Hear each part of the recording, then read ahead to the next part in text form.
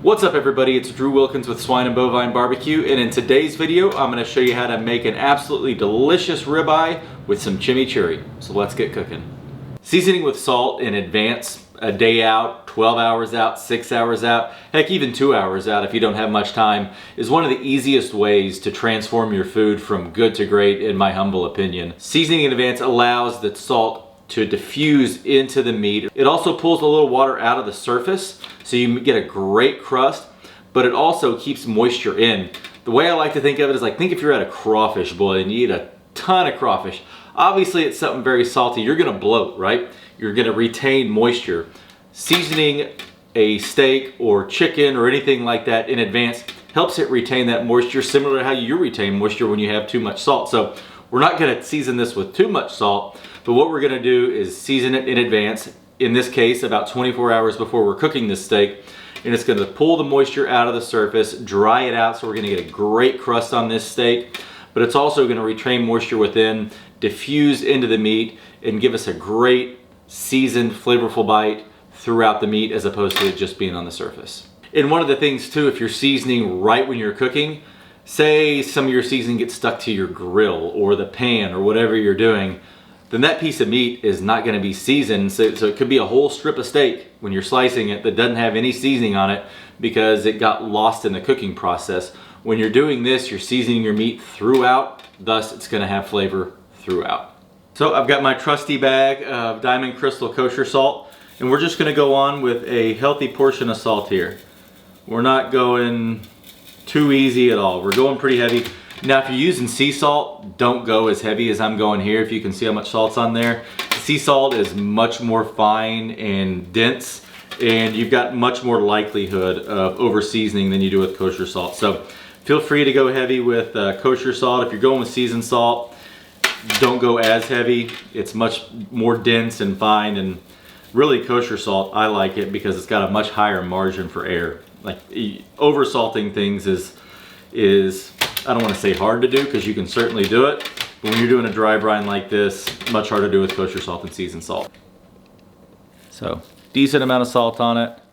So we've got this seasoned up. We're going to throw it in the fridge, let it dry brine for 24 hours. We'll come back tomorrow, pull it out, let it rest for about an hour before we cook it, throw it on the grill. Nearly 24 hours later, and our steak is sufficiently seasoned through. It is looking absolutely fantastic. The surface is dried out. The salt is all diffused into the meat, fully seasoned throughout. So we're gonna let this hang out at room temperature for an hour, and in the meantime, we're gonna make some chimichurri. For our chimichurri, we're gonna start out with some parsley. Any big stems like this, get them out. Other than that, I just kind of leave it as is. Not overly worried about it because we're gonna chop this up pretty fine.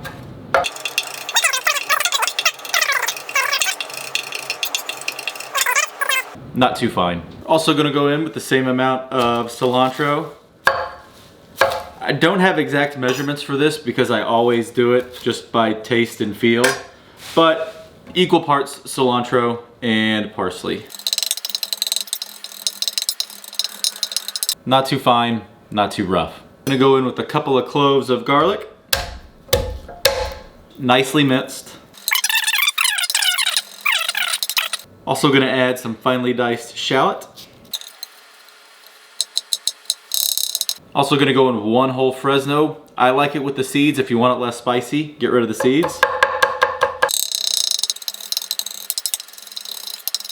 I'm gonna go in with a healthy pinch of salt, some fresh cracked black pepper, a little bit of crushed red pepper, some good quality olive oil, and some red wine vinegar. Now give everything a nice stir. I'm gonna add a little bit more olive oil. Stir it up again. See how it tastes. Really good, needs some more acidity though. So I'm gonna go back in with a little more red wine vinegar.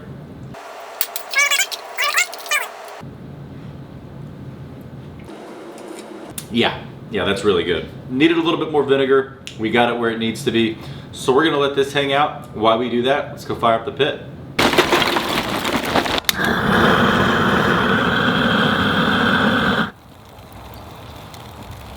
Mill scale yakitori is set up. We've got some blazing hot Fogo charcoal going, and we're gonna add our steak. We're not putting anything, pepper, garlic, or anything like that wise on our steak. We're relying on the salt for the seasoning for this during the cooking process. So let's put it down and let this cook. 3 minutes in, we're gonna go ahead and flip it. Gonna give it 3 minutes on this side, then we're gonna put the grate at the lowest level and blast it with some heat, really build a crust. 3 minutes later, we're gonna take this down to the bottom level here. And let's flip this steak. So every 30 seconds, we're gonna flip this, build up a great crust, going for about 125 to 128 internal. Once we hit that, we'll pull the steak and let it rest.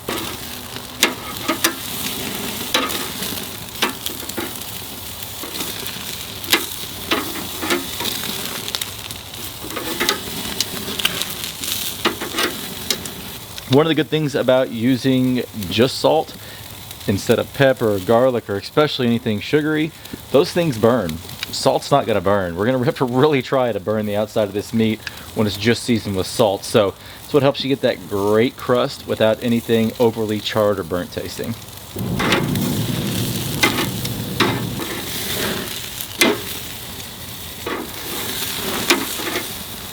Our steak is temping about 125-ish right here in the middle, so we're gonna call it. But for now, I'm gonna set it over on the side, put it on a cutting board. We'll let it rest for about 10 minutes, then slice into it. All right, our steak has rested, looking beautiful, has a fantastic crust. I'm thinking the carryover may have taken us into medium on this steak. I love medium rare, but sometimes you don't always nail it. So let's see how we did. Slice it right down the middle.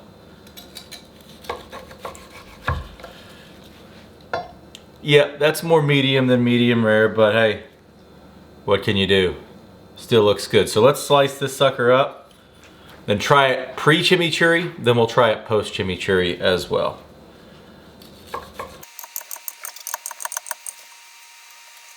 Got a piece here, gonna slice it into a little bite. Again, medium, not quite medium rare, which we were shooting for, but not the end of the world. Let's see how it tastes. Really good. It has that salted through flavor that we talked about when we were seasoning the steak last night. It just gives it a great crust because it dries it out. The whole meat has flavor. It's not just the surface of the crust that has it. Really, really good as is, but let's throw some chimichurri on it to take it to the next level. Alrighty, we've got our delicious chimichurri here. Just gonna spread it over the top of this steak. And some for a little bite. Let's dig in. All right, we got the mecca of bites here. We've got our dry brined, perfectly seasoned steak with some chimichurri on top of it. Cheers. It's incredibly, incredibly good. The beef flavor that you get with just using salt is there. You get the crunch from the crust. You get the meat that's seasoned through. Plus you get this layer of chimichurri on top, with the olive oil, the vinegar, the cilantro, parsley, garlic, shallot, crushed red pepper, the salt that it has too. It's kind of like a sprinkle salt over the top. Adds a little bit extra flavor. It's really, really good. If you haven't tried chimichurri on a steak before, it is a definite different way to do it. You know, if you just want a salt, pepper, grill it up steak, go for that. But sometime try one of these. It's really, really, really good.